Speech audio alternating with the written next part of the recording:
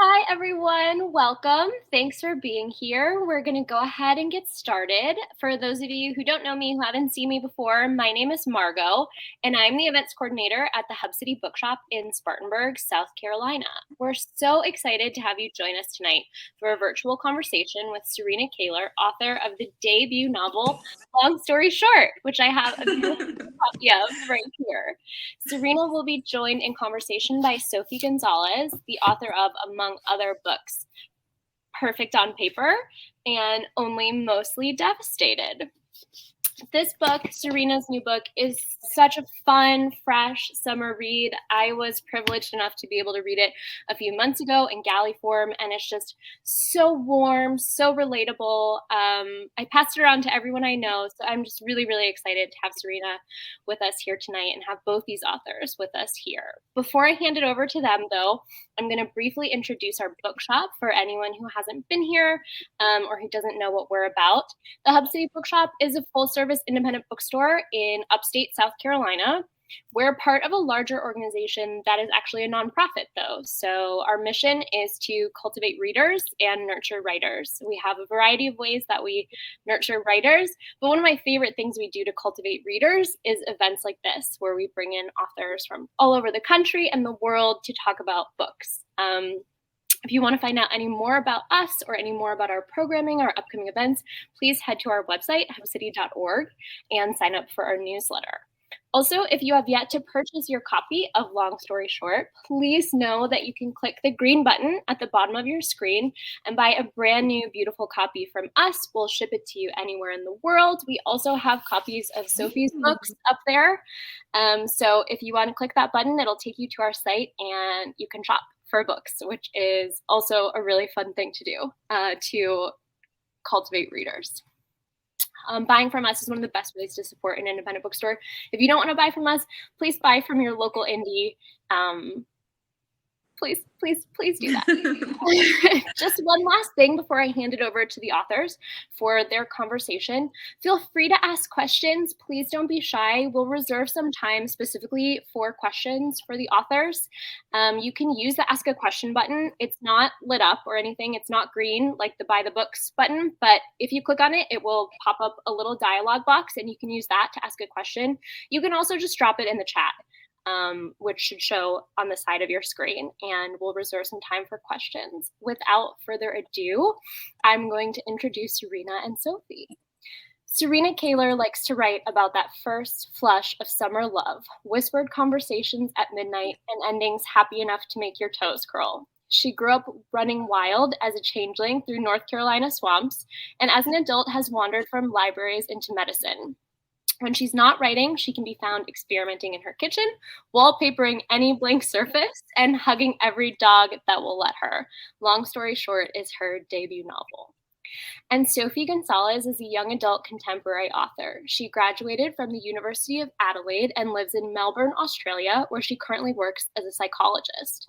When she's not writing, she can be found ice skating, performing in musical theater, and practicing the piano. She's also the author of Perfect on Paper, Only Mostly Devastated, and The Law of Inertia, and If This Gets Out with Cale Dietrich, which we also have copies of on our website. Serena and Sophie, I'll hand it over to you. Thank you. Thank you. Serena, how are you feeling? Laughing, like a little unraveled. Yeah. It's a huge day.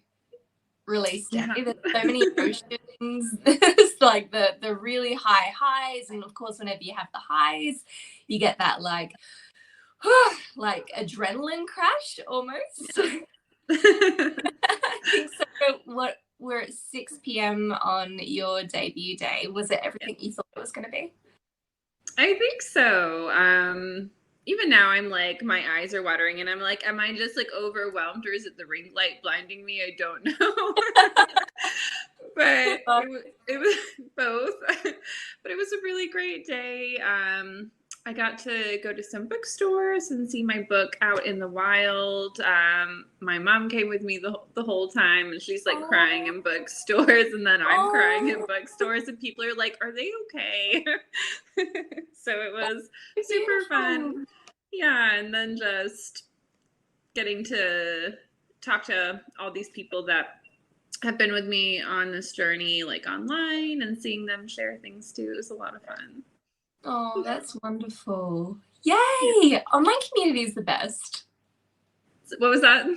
Online community is the best. They really are. I don't even think I used Twitter before, like 2018, and like I met you. I was just like, Twitter, what am I doing up there? But the people I've met up there is incredible. So I am now, it's my favorite social media. Oh, well, you're welcome for getting you addicted to Twitter. I don't even remember this. Did I bully you into getting it? I think I started right before I applied to Author Mentor Match, and then I was just like in it. Everyone else in the program was up there. You were up there. So I was like, okay, I'm on Twitter now. So just for the people who are tuning in, who are like really interested in the book, but maybe they don't know exactly what it's about, can you give the people at home a little bit of a summary about Long Story Short? I would love to. I remember I think 2019, we went to Y'all West, and I tried to explain it to some people, and you were like, you have got to work on your elevator pitch. And I think I'm better at it now. It was a mess. Yes, but so Beatrice Quinn is the protagonist of my book. She's 16. She's a very introverted, homeschooled math genius, and her parents are pretty protective of her, and she's lived kind of a sheltered life. And so she applies for early admission to Oxford and gets in, and her parents are kind of nervous about her going across the world, all these new experiences that she doesn't typically do well with. So they decide to compromise and send her to Shakespearean theater camp for the summer to experience a host of new things with this checklist of what they think are teenage experiences. And she meets a bunch of chaotic theater kids and kind of really finds her place in the world and kind of what she's been missing out on. So amazing. And it is such a good book. And you know, you can't even say that I'm biased, because I felt that way when I read it out of a huge slush submission pile. So for the people who don't know, I was a mentor in Author Mentor Match way back in the day, years ago now. Oh, I can't believe it. And Serena was my mentee through that in my second year. And now here we are. I know. So many years later, full circle. She's read this book probably almost as many times as I have, which is a lot of times. So, yeah. Which is why it's a book you very much enjoy, because you know it's going to become very, very familiar. Exactly. And when I first got connected with Sophie, it's very similar to what it is now, but she really helped me give it a lot more direction than it needed, where it wasn't just like me kind of wondering my characters through all these weeks of summer camp. She's like, how about plot and pacing? So together we made it happen. To be still the same, but you know, it went through edits with me. I'm assuming it probably went through some edits with some beta readers that you found. Then you've got your editor when you get published, so you've got developmental edits, you've got copy edits, first pass. By the time it goes through all that, it can look quite different to the start. Is there anything that you think of that is different to way back when I saw that first version? I think there's a lot of similarities with the very last draft and kind of where we are now. I did do a lot of fleshing out of a lot of the side characters, because they were just like little two-dimensional props, kind of like propelling B along. But I wanted to give and my editor, like, we wanted to give them like a little bit more life and a little bit more backstory. So I added in some different arcs for them, and then I struggle with describing things a little bit. I'm like, who cares where we are? I just want to talk. I just want to write dialogue. Me too. Dang. Yep. My brain doesn't really like notice scenery very well either. So I could go to a park and people would be like, what does it look like? And I'm like, I don't know. Grass, trees. That's good. Hockey. So I had to force myself to work on that a little bit. And those are kind of the big things, I think. Yeah. That is so exciting. I haven't actually read it in a few months now, so might have to set aside some time to get my hands on the final copy. In Australia, I never get my hands on anything very quickly. I'm always well behind everyone else, so I can't wait to be able to see it in person and admire how far it's come. I know. I get emotional about it a little bit. They grow up so fast. They do. So, as of today, you can officially call yourself a published author. Yes. Yeah. Yep. Yeah. I did a Instagram live with two of my fellow debut authors last night, and we literally rang in like July 26th together, like at midnight. It was really fun. And then I was like, okay, I made it to July 26th. My book is officially published. Mm-hmm. This is a moment. Yeah. So out of the whole publishing experience, what's been your favorite part? Probably like definitely connecting with readers. I mean, getting DMs and like art aesthetics that people are making with my book, or their thoughts on the characters, or people who were like drawing the characters themselves. It's absolutely mind-blowing that something that I made could mean that much to anybody besides myself. So that's been the best part by far. Yeah. Oh, that's really lovely. Usually people say cover, so it's well. They did send me a few versions. One was like pink, one was like blue, one was purple.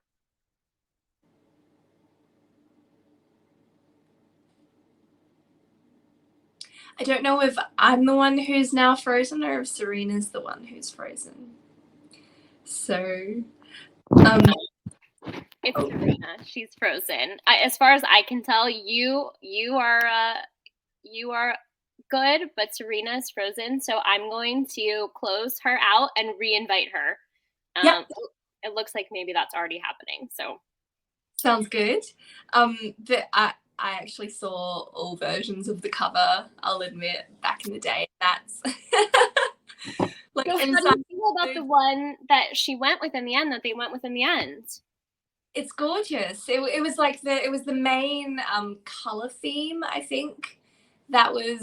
There were a few different options, and we were like, oh, you know, which one's like really striking, which one we wanted something that like looks a little bit of a standout. I think some of the other colors, there were a lot of books coming out with those colors, so we were like, and the one that we ended up with is the one that I voted for, so I'm like, yes.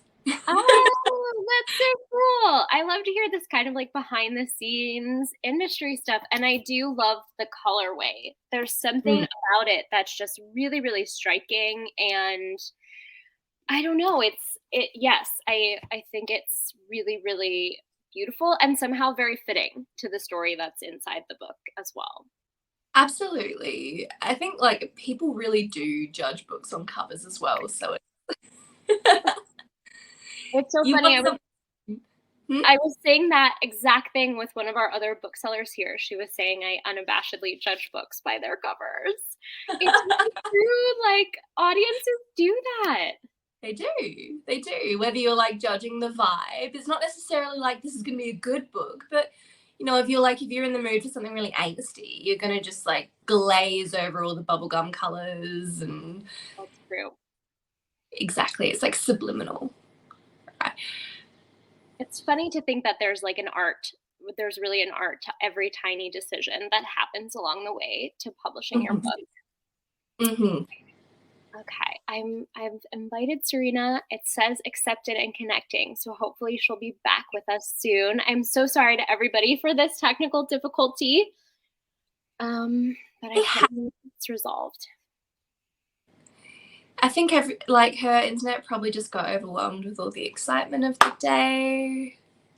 Yeah, it happens sometimes. I am overwhelmed with excitement for her. It's a really exciting day, and to hear kind of about the journey to coming here is neat. It's really nice to just see that there were so many iterations and that there was, this is a dream kind of fulfilled. Absolutely.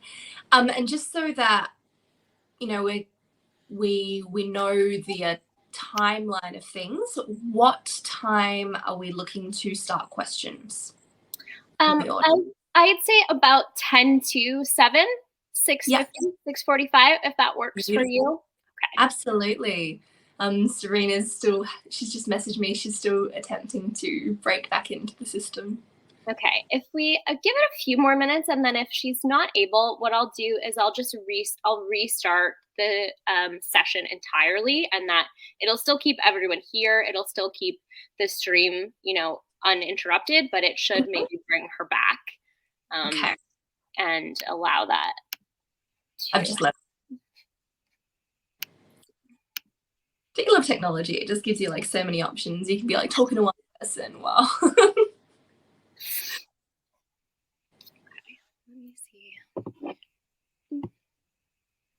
I actually I did my own book cover last year, and the things that I suddenly had to think about when it came to what went on a cover, the pressure of that. It was a lot, and all the things that go into it that you hadn't really thought of, like what does this color scheme say? Hello. Oh my God, what is happening? Ugh, we had a storm earlier, and I'm like, did it mess up my internet? We were just saying your internet's probably been overwhelmed by the excitement of the day, by all of the people, trying to congratulate and be in contact with you. So now that you're back, we're so happy to have you back.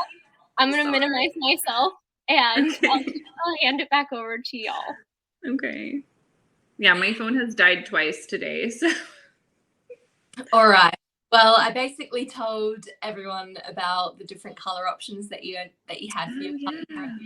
I liked the winner, so that's what you missed.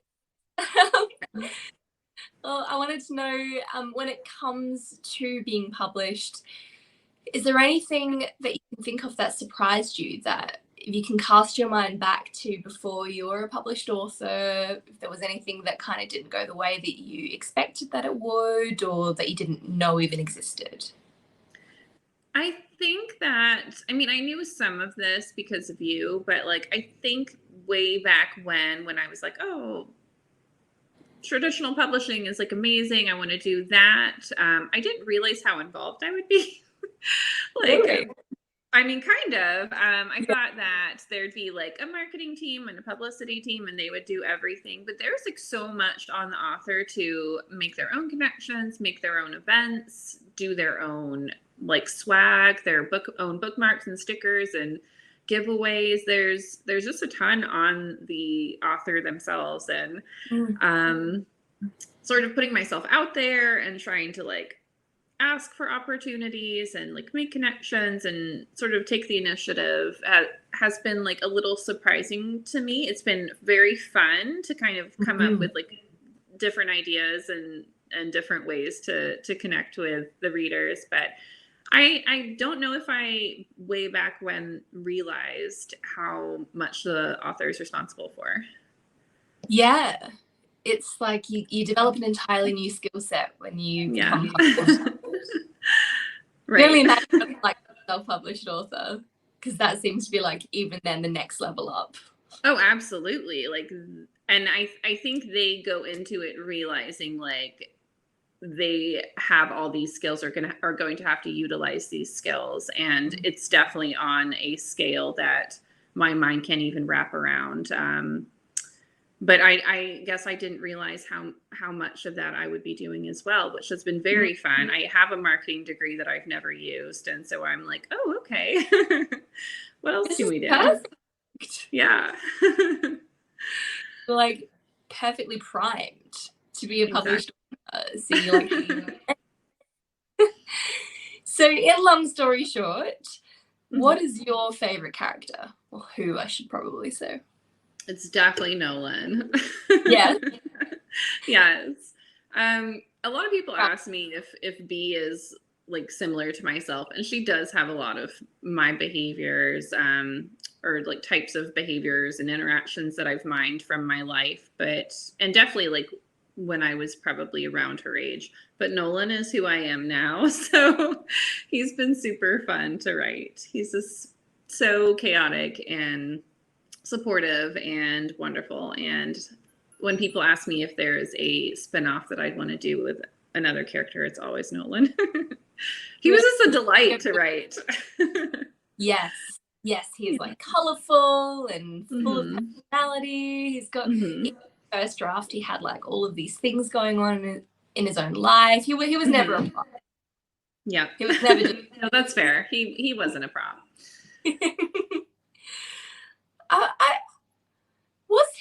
Was he related to Shelby in that very first draft? What was that? I feel like he wasn't related to Shelby in the very first draft. He wasn't. That was something that came much later. And I don't even know how it came about, but I remember sending it to you and you were like, yep, there it is. Like that adds something. Yeah. Exactly. Oh, there goes the behind the scenes information there. So in long story short, like you mentioned, B gets a list from her parents, some things she has to tick off to become a fully realized teenager, would we say? I was wondering if there's anything on B's list that you haven't done. Ooh. Putting you on the spot. Think of the list now. I know. I'm like trying to run through it. I don't think so. I mean, I'm like not doing outdoor activities very often, but I have done them. But I also live in North Carolina where you step outside and just want to unzip your skin. It's absolutely horrific. So that is probably the one that I do least regularly. Yep. Just like staying inside the house, staying away from people. That's definitely from my own personality. You can see like little parts of yourself in every character. Yeah. My parents would try and get me into different things that required you to be outside. And I was always like, this feels like not something I'm into. So do you think that idea partly came from your parents trying to push you out of your boundaries a little bit when you were young? No, absolutely yes. They did get me into theater, but I actually very much loved it. But they did take me to theater tryouts for this community play, and they're like, "Hey, we're going to be in a play as a family."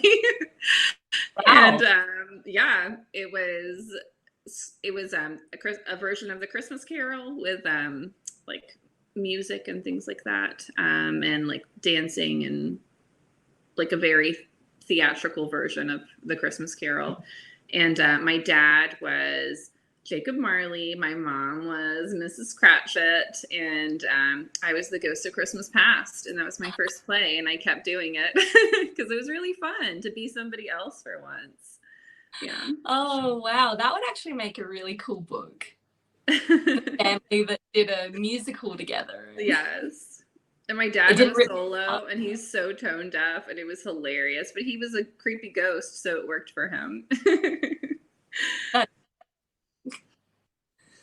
So, like, it didn't cause any rivalries when you got each other's parts or anything like that? My sister was always less into it, so she was always like, I'm going to be in the chorus and I don't care. And she was a little older than me and a lot more in her sulky teenage years, so she was just there for the ride. But I was younger and it became my whole personality, so. I can relate to that. I was definitely a theatre kid as well. Mm-hmm. You have to be a theatre kid to write a book like this, though. Absolutely. There are things about the culture. And Sophie's an amazing singer too. We still need to sing together sometime. It's going to happen. Yes. You need to come back to one of the fests. Oh, I will. I will definitely be back there at some point. We'll make it happen. I love it. I was thinking, I think the two things that I probably haven't ever done on the list is I don't think I've ever pulled a prank on someone. I've teased people, I've misled people, but like an actual formal set up prank, I don't think I've ever done. Oh, okay. Maybe I was never actually a fully realized teenager myself. Yeah, I don't even know how common that is. We went through when I was much younger. My cousin who was younger than me decided he wanted to be a magician, and he bought like all these magic shop stuff. And every time we saw him, he'd have some sort of thing. We pull pranks on our parents, but I don't. And I guess like I've TP'd houses in high school. Yes, that is a very American thing, Sophie. Is that? It is. So we have done that. Yeah, you should try it. I feel the legality is questionable. I guess it depends on how upset the people are. That's wild. Is it people you don't like, or do you just? It's typically people you do like. Okay. Like your friends, yeah. I don't think I've ever done it to somebody that I was like, oh, I'm going to stick it to them. I'm going to TP their house. Yeah. Yeah, that actually does make a lot more sense. Like if you're going to mess with someone, do it with someone who'll take the joke. Right. I also don't think I've ever danced with abandon. Probably like certainly at home alone, but in public, I don't think I've ever abandoned anything in public. Well, we're gonna try it next time we're together. I don't know. I don't know. We'll see where it goes. No one ever knows. Exactly. I'll never see it again. So I also remember one of the earlier conversations we had when I first met you was about his character and some of the traits that she had, especially like when it came to like her love of routine and how she might misread some social situations. I was wondering if you can tell us more about what went into creating Bee's character and how your understanding of her evolved. Sure. So I'm neurodiverse. When I was 5, they diagnosed me with ADD, but it was the 80s, and I think their understanding of women on the spectrum or neurodiverse females was not as good as it is now.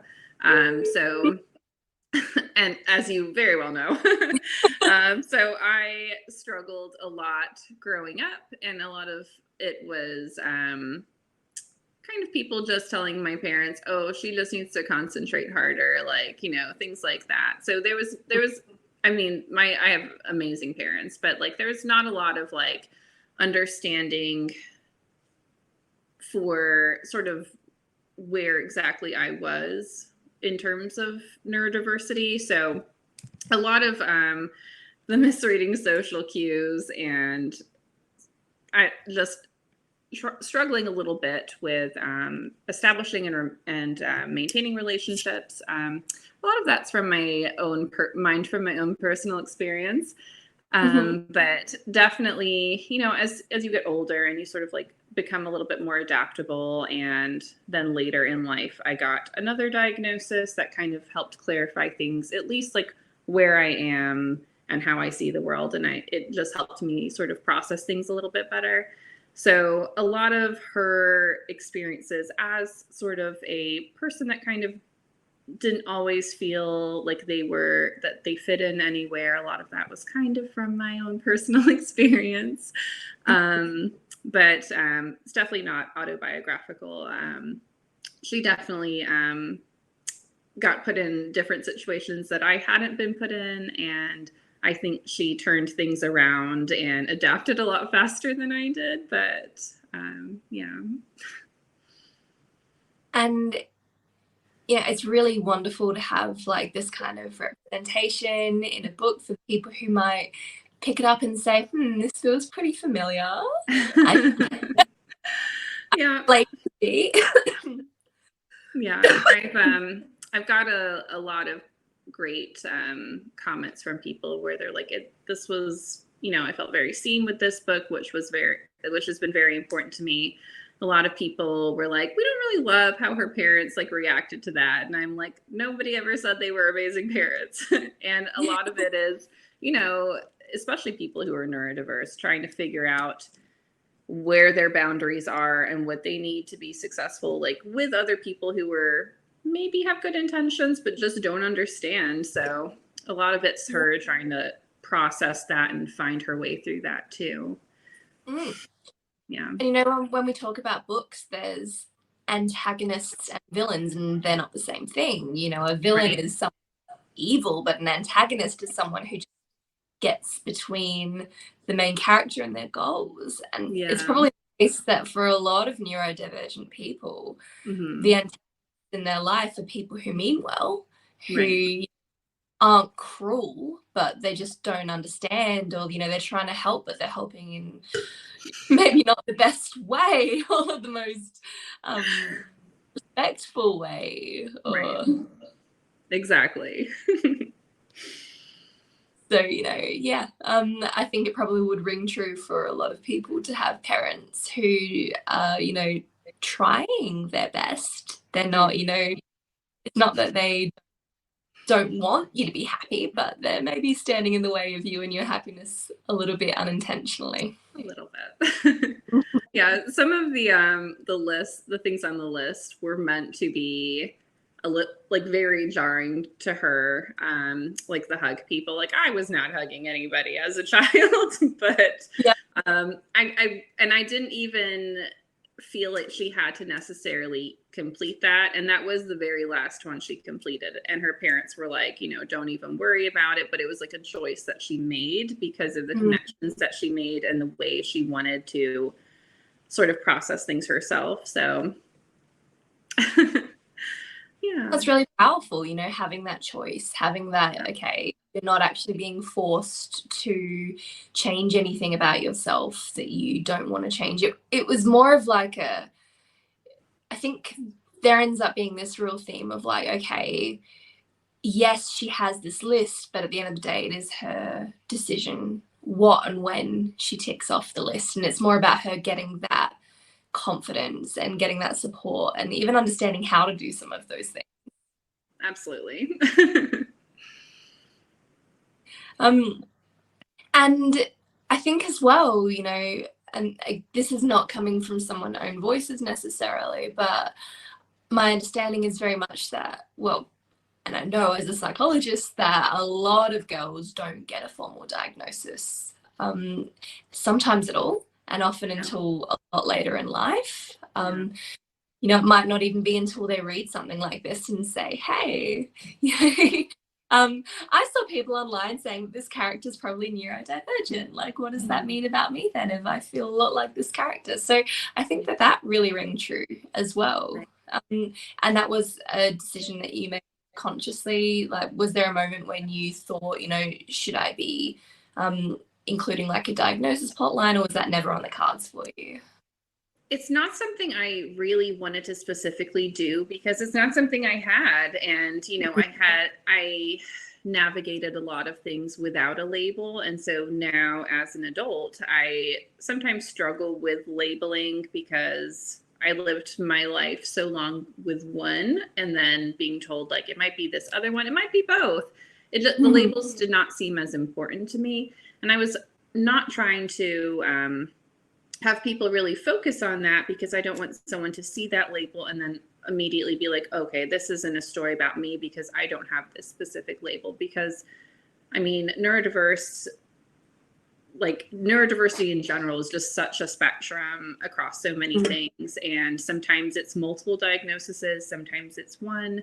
I just wanted to give people space to kind of see themselves in Beatrice. So I left it very general, and I never regretted it, and I still don't regret it. But sometimes someone will send me a review where people are like, she kind of sounds autistic. Like, I wonder if Serena realizes that. And I'm like, I very much realize that, and it's all very purposeful. But this is a feat. Yeah. But it was purposeful. I wanted to just have people look at her behaviors and her life and how she processes things and her journey. And I didn't want to just put her in a box, so to speak, and just have people look at it. She's just this one thing, and all the preconceived notions they have about that one thing they put on her. So yeah, absolutely. And at the end of the day, when it comes to representation, you need all of it. You need the people who got a diagnosis young, you need the characters who got a diagnosis later in life, or at the time of the story. Your life does not begin the moment you get a diagnosis. There are lots and lots and lots and lots of people out there who can relate to not finding out, as you put it, the label until later in life. But that doesn't mean that this wasn't part of their life before they got that label. It's always there. 1,000%. Yeah. So yeah, it'll touch a lot of people, I think. Yeah. And I love your psychology background, and I love how none of this even went through my mind before I started having other people read it, because I feel like you instinctively was like, why are we labeling her? This is totally fine. And then when other people were like, what's the label? And I'm like, why do we have to label? She is who she is. She's not a label. Yeah. Look, I had a friend once say to me that everyone comes to a book, with their own experiences. And I guess, that's very true for all things. For some people, It is very, very important to have that on the page. And, that's because of the things that they went through. And, absolutely.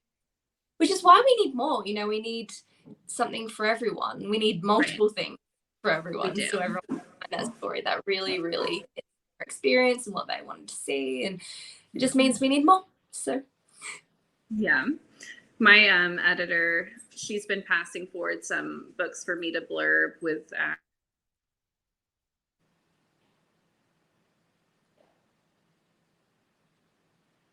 we were going so well. I will find the time, and I want them back. Hi. We cut out from around the time. Oh, you're not really back. But if you can hear me, we cut out when you were just about to say that you've been sent some books to blurb. Oh, yes. So I've been talking to my editor, and she would be like, oh, I have this author who wants.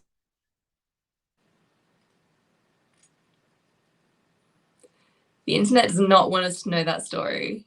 It's very, very classified. Yeah.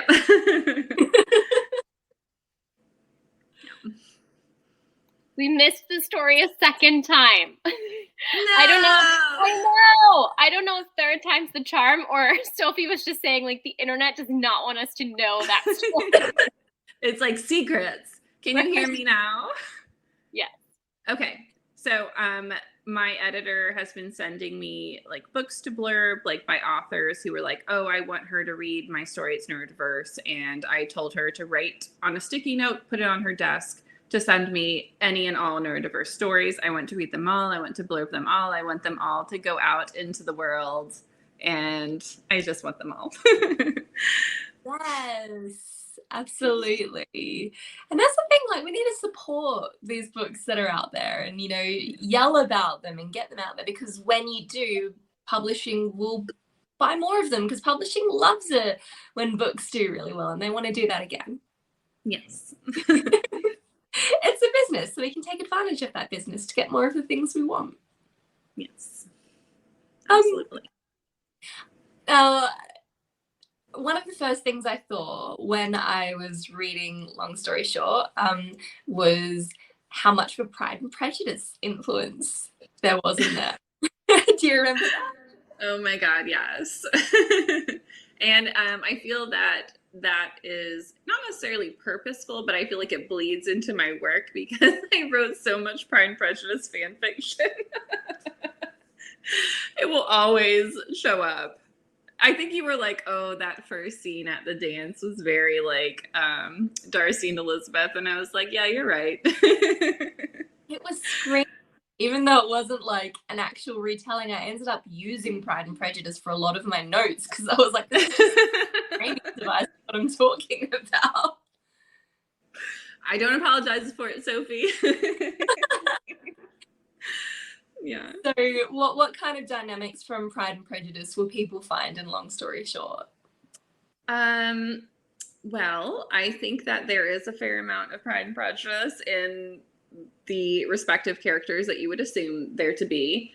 There's, I think, a fair amount of miscommunication, and I think that there, at the very least, it was like a misunderstanding early on, and you see an evolution in how Beatrice sees Nick as the story goes on, and as she realizes that she did make a lot of assumptions about him. So there's a pretty, I guess, similar theme in that aspect.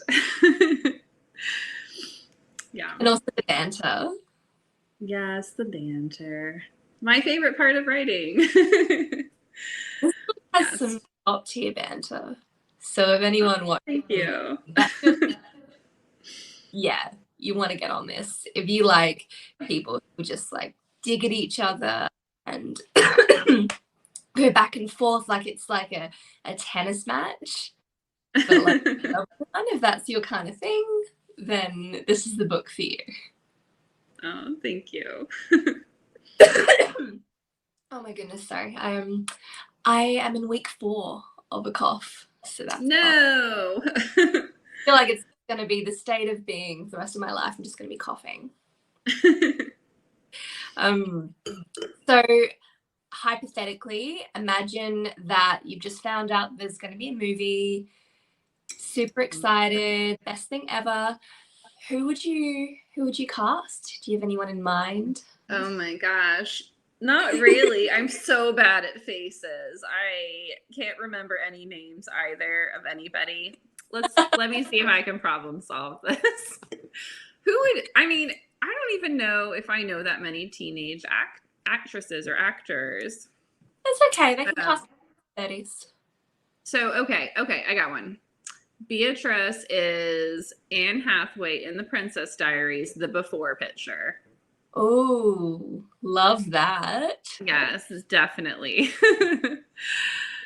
Nick, I don't even know. Who would Nick be? I don't even know.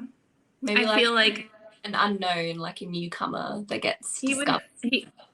I feel like I didn't even really see his face that well. He was just this personality that I could see. I don't even know if I could like had a whole lot of face claims for him. It was when my illustrator did the book cover that I was like, well, there he is. So, I know what you mean. It's like when they have on like picture an apple. Like, yeah. Some people can picture like every little crack on the apple, and do apples have cracks? I don't know, now they do. And other people are like, well, what does the apple taste like? What does the apple smell like? Like that kind of stuff that comes into their mind when they think of an apple. So exactly. The apple is a vibe to me. I don't know what it looks like. So it's like whatever actors give off the vibe, we're good with. Yes. So you've been busy writing a whole bunch of new things. What kind of things have you been working on? And, you know, are there any themes that, from Long Story Short, that you would like to revisit in the future? Or are you hoping to mix things up? Probably a little bit of both. I definitely do like my strong, salty, sarcastic protagonist girls that probably have some sort of like math science background. And I definitely want neurodiverse characters all through my stories. So there's been some fun experimentation with my next books on sort of the dynamics for that, and like sort of having, I guess, not necessarily similar relationships, but similar vibes in like completely different characters and combinations. So I'm like, this is extremely vague, but I'm trying to, I guess, to be not super specific.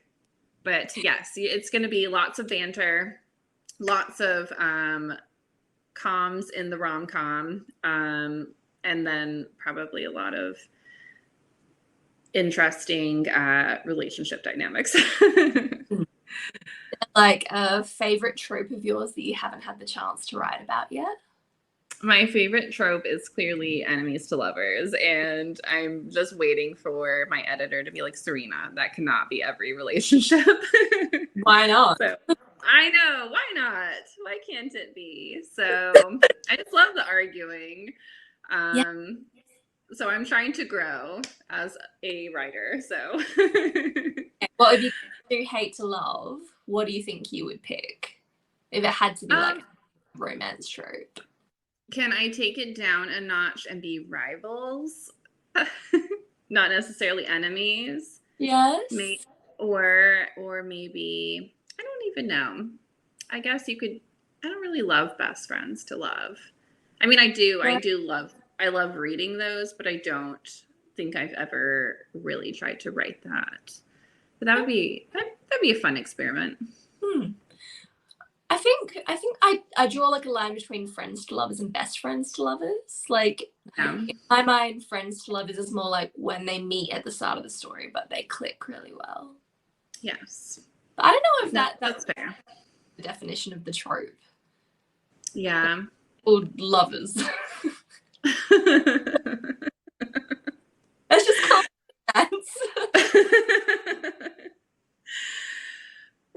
We're just trying to write some kissing in our books. Come on. However we get there. Yeah. What about your next book coming up that also has a Taylor Swift title? Oh, Wednesday Love. Excited about that? My next one is Never Ever Getting Back Together. So, you know, keeping on brand to the little bubble that we've got going. A sapphic rom-com about a girl whose cheating ex-boyfriend becomes kind of famous by proxy when his sister marries royalty, and he goes on a reality show in which he redates all of his exes, and she goes on the show so that she can make it to the end and take him down on live TV to get revenge. But what she doesn't anticipate is that the girl that he cheated on her with is going to be her roommate or bunkmate, I suppose, on the show, and they end up liking each other quite a bit when they get to know each other. Definitely more of an enemies to lovers vibe than anything, although they were only enemies because they don't necessarily know all the information at first. I wouldn't call it miscommunication so much as just them straight up not believing each other, which I think is a different vibe. They were communicating fine, weren't accepting what the other one was putting down is all. I'm so obsessed with that premise. Wednesday sent me an arc and I'm just waiting to get through this week so I can start reading it. I love that. You got an arc? Or did I know? I don't know. I probably knew at one point. Yeah. Is it question time already? It's question time already. That happens really fast. We have a sort of multi-part question from Kylie. So she says, first, I'd just like to say that I adore you in your book. She had the pleasure to read it as an ARC. Second, do you have advice when it comes to editing before querying? She says she's currently going through her own rounds of editing and could use all the advice that she could get. So I'm going to ask both of you to answer this question actually, so that she can get all the advice, that take advantage of all the brain power here in the room. Excellent. Sophie, go first. You're the mentor. First things first, get Save the Cat. It's a craft book, and that is just what I make everyone read. For me, it was like my best tool in understanding story structure and just laying out exactly where plot beats should be happening. It's just a really good visual way of understanding how your pace is working, and if you've got like the correct parts that make up a novel. Do you have the correct tension? Do you have the climax in the right spot? All of that kind of stuff. And otherwise, I would just say get a critique partner, get multiple if you can. Let them read your work, accept what they say, take it on board. After you're done sulking and denying everything they've said, which is normal, a day later you should be able to come back to it with a bit of an open eye, and edit their stuff as well. Helping other people will help you learn more about craft. That's very good advice. I feel that when Sophie and I first started working together, the very first homework she gave me was I had to read Save the Cat, and it was well worth it. I have also enjoyed parts of Story Genius and Romancing the Beat. Those have, I think, been useful with like rom-coms, contemporary, especially like Romancing the Beat. So definitely craft books, and I second critique partners. Long story short, had a lot of people read it early on before Sophie and I started really digging into it. And I think that part of that really helped me at least get it to the point where Sophie was even willing to work with it. Because way back when it was just like, I don't even know. So I learned a lot with hearing other people's opinions of my work, where they're like, hey, this part where you just explain what people are saying, can we have like a line of dialogue? And so, I wouldn't even see that or realize that. So, and definitely working with other people and critiquing their work and trying to find like places for improvement helped me definitely be more introspective on my own work. So definitely critique partners, get a lot of eyes on it, try and hone your craft as best as you can with, craft books. And then, going to lectures, there's a number of like YA festivals like Y'all West and Y'all Fest, where there's a lot of panels where people talk about their processes and, things that have helped them the most. So just really, I guess, dive into the community. Mm. You're welcome. Thank you both for those answers. Those are really wonderful answers. I have a question, and I don't know how representative this is of the audience watching, so I'm going to take a selfish moment. But it's about the sort of the little piece of prologue at the beginning, where B is talking about Romeo and Juliet and saying, yes.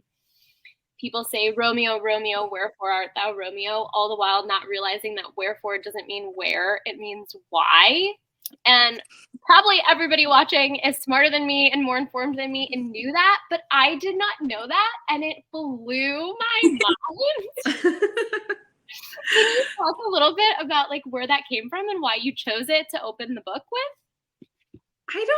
I definitely did not realize that until I was in the midst of writing this book either. I also thought she was like, where's Romeo? But I was reading Romeo and Juliet, and the book that I bought had sort of like a page of dialogue and then, or like of the play itself, and then had a page kind of going into the background and the history, because I was trying to get like a sense of it so I could find out find moments and opportunities for Beatrice that would be best with her growth and, you know, moving through this play. And I saw that and I was like, no. And then I did more research and it was absolutely like, why is it Romeo? And then I somehow was in a Panera Bread and thinking about that and just sat down and wrote that. And the original title was Wherefore Art Thou, Beatrice Quinn? And it ended up being, long story short, which I'm obsessed with, but it kind of like went hand in hand with that. But it was part of her journey, like, in her looking at it in that analytical way that she has, like, why is he Romeo? Why am I this way? And then like finding the answers. I love that. That's a revelation of kind of the theme of the book. That's so interesting. Oh, thank you so much for that answer. You're welcome. My next question is for both of you. Is there anything in particular that like you're watching, reading, listening to right now that like reminds you of this book or like is exciting or you think like might go with the book if people are going to read and then, you know, move on to a different book or move on to a show or listen? Anything that's kind of like goes together with it? Well, today, Wednesday, put out another contemporary called Accomplish by Amanda Quain, and it's basically a contemporary retelling of the story of Georgiana Darcy. And I feel like, long story short, does have some Pride and Prejudice themes. So I think that also has, I think, similar vibes in that aspect. Lots of rom and com involved. So Awesome. What do you think, Soph? Maybe like the TV show Crazy Ex-Girlfriend. It's not exactly the same, but it's got like, you know, just like the really light-hearted vibes. It's got like some really good banter between one of the love interests or probably two of the love interests. It's a long spoilers. And like the main character, it's got like some really cool explorations on it's mental health, so it's not necessarily the same as neurodivergent, but it's like really cool to see, you know, this character who's kind of like aware that she's different in some ways, but she doesn't know why. She doesn't know what's going on there, and like part of her journey is like figuring out what's going on, and like how to, you know, really accept herself and be proud of that. And yeah, I think that would be like a good little match there if you're looking for something along those lines. And it's really fun. I have to watch that. You haven't watched it? No. It's so good. Well, you're looking at me with such like shock. I feel like I have to just go to my TV and watch it right now.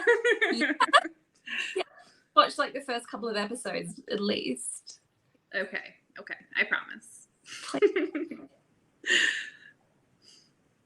Well, I guess I'll just ask one final question, which I know is representative of what the audience is interested in, which is just your most important piece of advice for young aspiring writers, people who maybe have just picked up a book like this that they loved, you know, that really kind of lighted them up and made them think, maybe I want to do this. What's your best piece of advice for those people? Go first, Soph. Before you even get into trying to get published, write for yourself. Like, write a few books just for fun. Don't go into things like, because as soon as you start trying to get published, all of the less fun things come into it, where you have to start thinking about the market, you have to start judging yourself, judging the craft and thinking critically. And writing should first and foremost be fun. So write things you don't want anyone else to read, write things just for your closest friends, write things for Archive of Our Own, or other fan fiction websites or Wattpad. Doesn't matter, but find the joy in it first. And when you do spend time finding the joy in it, the craft will come naturally. Anyway, just with practice. I think probably when I first started writing, like back when I was in high school, and I started fan fiction, and it was Pride and Prejudice fan fiction was probably the one I did the most of.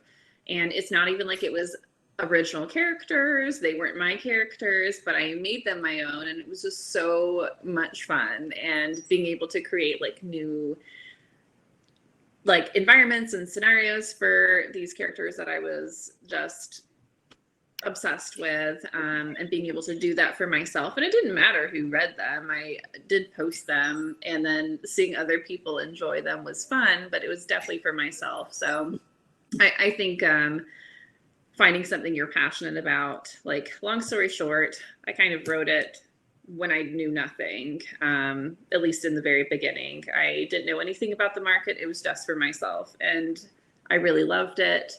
And I think you can see like some of my enthusiasm about it in the pages. And when you sort of get deeper into the industry and then you're thinking about other aspects, it can get a little bit cloudy, but really just remembering why you do this and that it is fun to do is probably what's going to keep you going. Oh, that's such good advice. Thank you so much for that. We have one question from the audience. We'll just try to sneak it in really briefly, and then we'll be done. It is Ryan asking, what's something that inspired the premise of your book? I think that probably a little bit myself, as Sophie and I were kind of talking about. I had a very winding road to sort of realizing all the aspects of my neurodiversity. And I was, you know, as a kid, definitely put in situations that were like very jarring to me. So thinking of doing that and like helping this girl who is clearly neurodiverse sort of come out of her shell with something as chaotic as Shakespearean theater camp just seems like it would be a lot of fun. That definitely it was an outlet for me growing up, and I love the theater in general. I love theater kids in general, and just the energy that they bring to literally everything. Oh, look at the baby. So just kind of getting that story out on paper and out into the world just seemed like a lot of fun. So it is a lot of fun. We're so glad that it's out in the world and on paper because it was so much fun. And I hope everyone who is here tonight, if they haven't already, will get a chance to read this. We'll pick up a copy. Serena, congratulations. And thank you. Thank you, Serena and Sophie, for being here with us tonight. Everybody who's watching, just so you know, this will live on at this link. So if you have friends that you want to send it to who weren't able to make it in person, please do that. They'll be able to watch the recording. And it will also live on the Hub City YouTube page. So feel free to go find it there and share it and share your love of this book with everybody you know. Because as Sophie and Serena were saying, it's important that we signal to the publishing industry how much we love these books. So thank you all for being here and have a wonderful evening. Thank you. Bye.